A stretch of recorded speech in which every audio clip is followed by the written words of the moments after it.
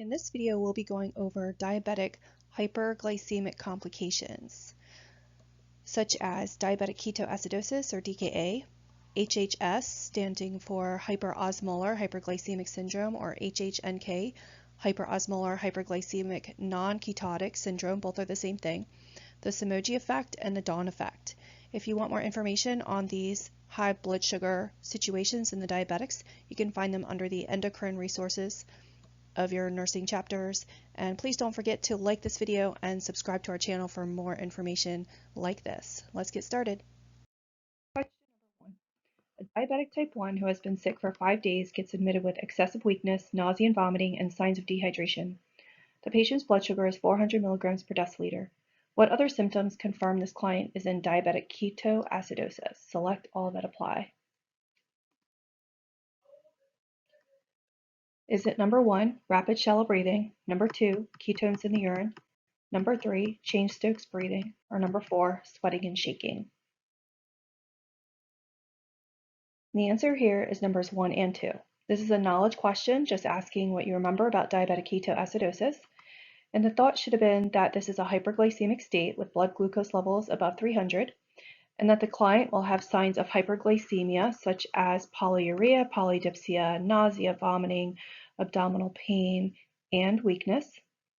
Also signs of hypovolemia such as hypotension, dehydration, tachycardia, disorientation, and signs of ketoacidosis.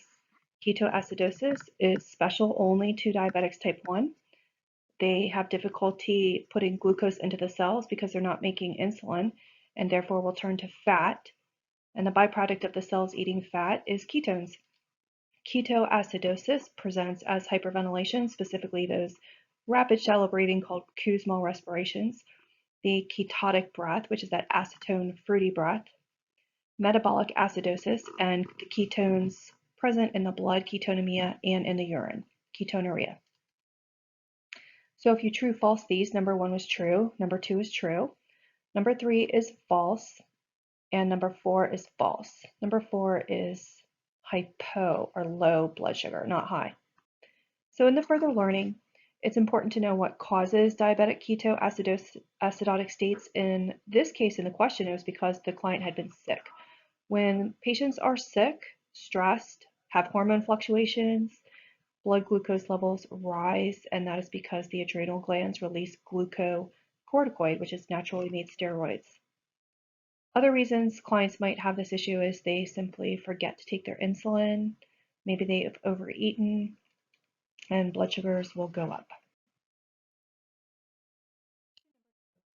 A woman newly diagnosed with non-insulin dependent diabetes mellitus or NIDDM is learning about the severe hyperglycemic state, HHS, hyperglycemic hyperosmolar syndrome. Which statements by the patient are correct? Select all that apply. Is it number 1, this can happen if I take my diabetic medication but forget to eat? Number 2, signs of this are blood sugars greater than 600 milligrams per deciliter. Number 3, I will start urinating a lot and can get dehydrated quickly. And or number 4, I will start having fruity breath. And the answers here are number 2 and 3. The thought is that HHS syndrome looks just like DKA, except there is no ketoacidosis signs or symptoms. So number 1 is false. That would actually cause hypoglycemic issues, not high blood sugars. Number 2 is true. Number 3 is true. That's the polyuria and hypovolemia. And number 4 is false. Number 4 is ketoacidosis, and diabetics type 2 do not go into ketoacidosis. So in the further learning, it's important to know that because diabetics type 2 patients always make some insulin, the cells therefore always have some glucose inside of them. They never have to turn to eating fat for energy, and therefore these patients will not experience the ketoacidosis in the hyperglycemic state like the type 1s will.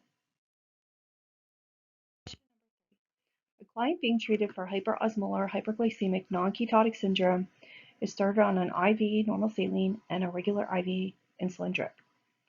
What complication related to the treatment should the nurse monitor for? Number 1, polyuria and polydipsia. Number 2, signs of dehydration and hypovolemia. Number 3, hypokalemia. Number 4, hyperkalemia. And the answer here is number 3. The question says the complication in relationship to the treatment. So once that treatment is started, insulin not only pushes glucose into cells, but insulin also pushes potassium into cells. It's actually a treatment for hyperkalemia. So in that case, when the treatment is started, the nurse needs to monitor for low potassium levels. Therefore, number 3 was correct. In your further learning, make sure that you also remember the hypokalemia signs and symptoms, because that's the first thing the nurse is going to see before seeing the lab. So fatigue, hyporeflexia, nausea, decreased bowel sounds, weak pulse, and also if you place them on the cardiac monitor, you're going to be noticing bradycardia and possibly a U wave if they go hypokalemic. Number 4. A client admitted with diabetic ketoacidosis is experiencing a decrease in urine production. The nurse measured 240 milliliters in 4 hours. Previously, the client was putting out 1,000 milliliters in 4 hours. The nurse knows to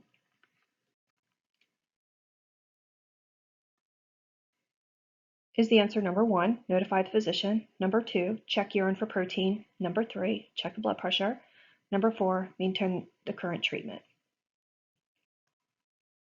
And the answer here is number 4. So diabetic ketoacidosis begins with polyuria. That's one sign of high blood sugar. And now what we see is that the polyuria is resolving. The urine has gone from being 1,000 milliliters to now 240 milliliters. Just double check though that the 240 is still okay, and it is because it's definitely at least 30 mLs per hour, so that's still fine. They haven't gone to not producing enough urine. And so basically what we see here is the polyuria is resolving. The client is getting better, the DKA is resolving, and therefore we don't need to do anything. So just maintaining the current treatment. And this is a great example that not all questions are always problems. If you think things are looking better, things are looking normal, then don't make it into a problem. Just pick to maintain the current treatment or continue to monitor. 5. A 35-year-old diabetic client wakes up with a headache and needing to urinate multiple times. He complains that he keeps sweating at night and needs to change his shirt. He reports a blood sugar of 300 milligrams per deciliter this morning. The nurse suspects number 1, diabetic ketoacidosis. Number 2, hyperosmolar-hyperglycemic syndrome. Number 3, Somogyi effect. Number 4, Dawn effect. And the answer here is number 3.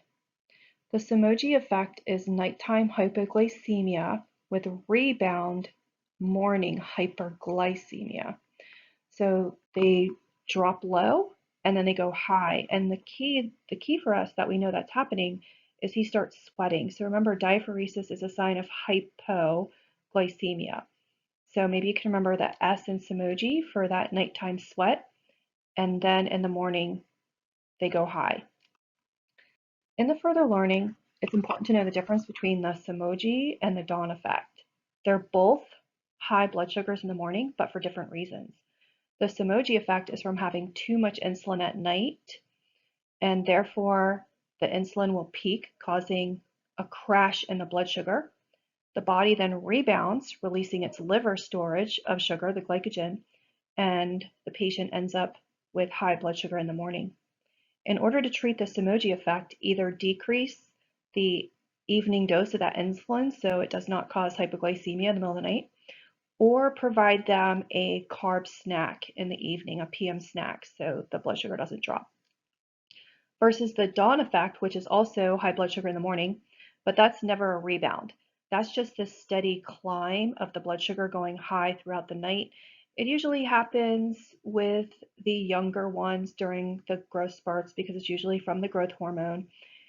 And the way to treat that one is to actually increase the insulin dose in the evening and also provide a protein snack that could help as well while limiting the evening carbs. So whatever the nurse can do to kind of decrease that blood sugar from rising throughout the evening and into the night.